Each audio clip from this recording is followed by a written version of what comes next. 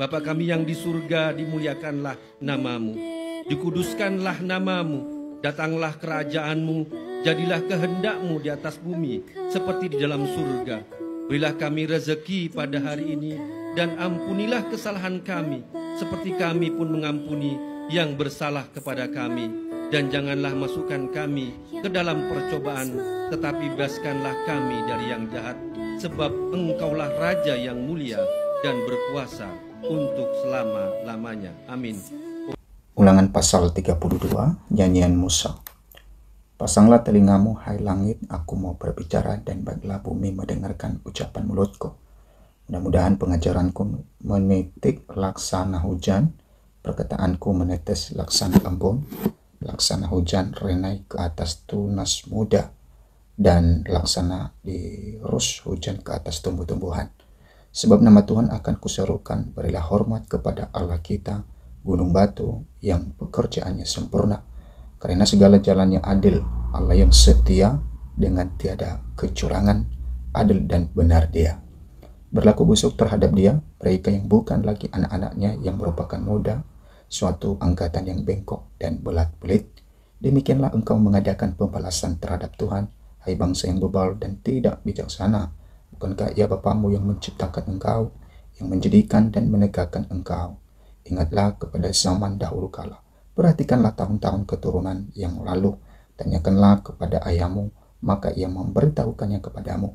Kepada para tua-tuamu, maka mereka mengatakannya kepadamu. Ketika Sang Maha Tinggi membagi-bagikan milik pusaka kepada bangsa-bangsa, ketika Ia memisahkan anak-anak manusia, maka Ia menetapkan wilayah bangsa-bangsa menurut bilangan anak-anak Israel.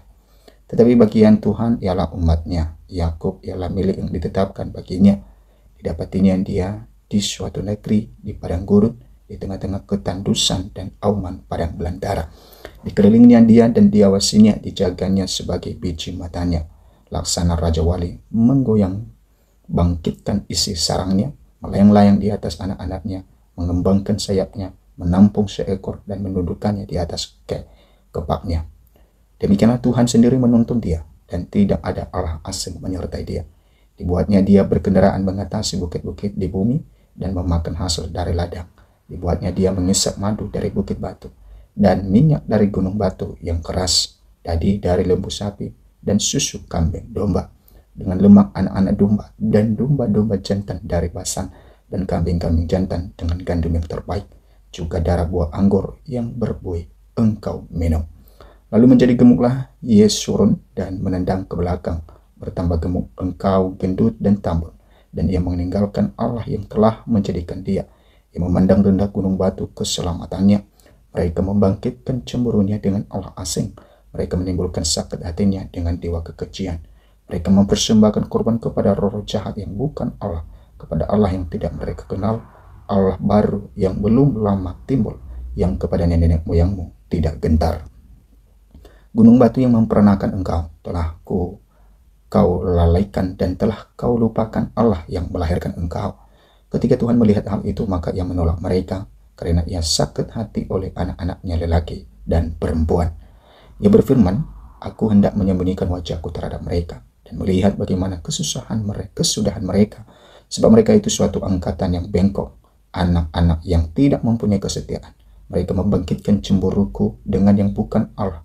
Mereka menimbulkan sakit hatiku dengan berhala mereka. Sebab itu aku akan membangkitkan cemburu mereka dengan yang bukan umat, dan akan menyakiti hati mereka dengan bangsa yang bebal. Sebab api telah dinyalakan oleh murkaku, dan bernyala-nyala sampai ke bagian dunia orang mati yang paling bawah. Api itu memakan bumi dengan hasilnya dan menghanguskan dasar gunung-gunung.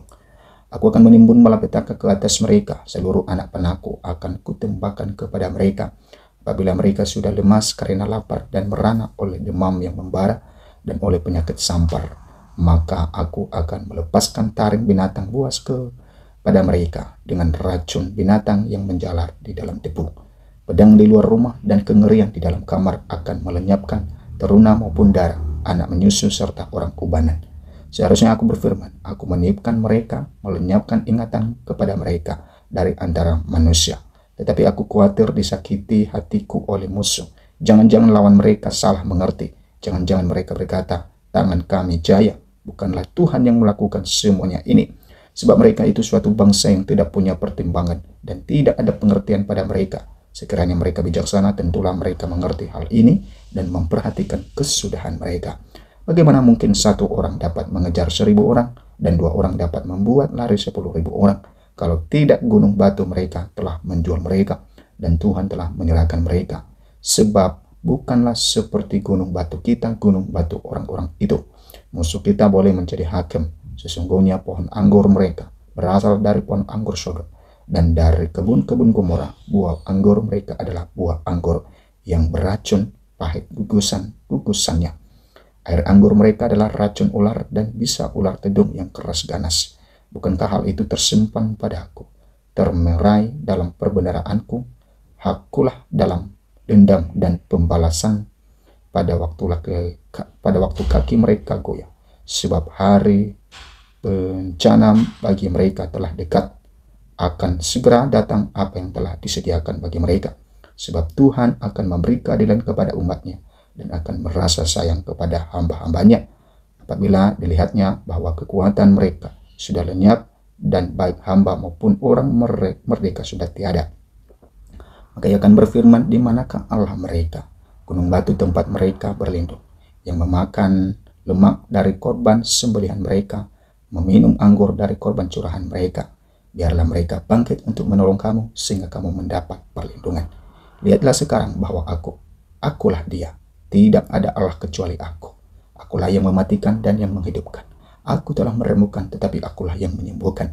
Dan seorang pun tidak ada yang dapat melepaskan dari tanganku.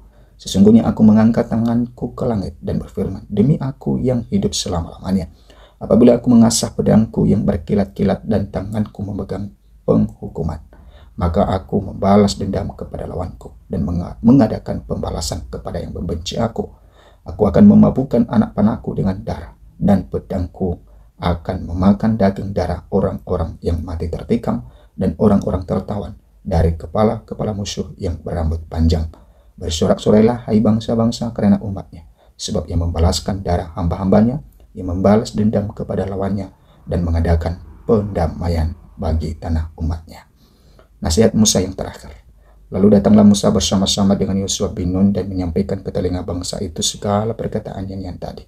Setelah Musa selesai menyampaikan segala perkataan itu kepada seluruh orang Israel, berkatalah ia kepada mereka, perhatikanlah segala perkataan yang kuperingatkan kepadamu pada hari ini, supaya kamu memerintahkannya kepada anak-anakmu untuk melakukan dengan setia segala perkataan hukum Taurat ini. Sebab perkataan ini bukanlah perkataan hampa bagimu, tetapi itulah hidupmu, dan dengan perkataan ini akan lanjut umurmu di tanah kemana kamu pergi menyeberangi sungai Yordan untuk mendudukinya. Ajal Musa mendekat. Pada hari itulah juga Tuhan berfirman kepada Musa, naiklah ke atas pegunungan Abarim, ke atas gunung Nebo yang di tanah Moab, di tentangan Yeriko, dan pandanglah tanah Kanaan yang kuberikan kepada orang Israel menjadi miliknya. Kemudian engkau akan mati di atas gunung yang akan kunaikkan itu, supaya engkau dikumpulkan kepada kaum leluhurmu, sama seperti Harun, kakakmu sudah meninggal di gunung Hor, dan dikumpulkan kepada kaum leluhurnya. Oleh sebab kamu telah berubah setia terhadap aku di tengah-tengah orang Israel, dekat mata air Meribah, di Kades, di padang gurun Zin, dan oleh sebab kamu tidak menghormati kekudusanku di tengah-tengah orang Israel, engkau boleh melihat negeri itu terbentang di depanmu, tetapi tidak boleh masuk ke sana, ke negeri yang kuberikan kepada orang Israel.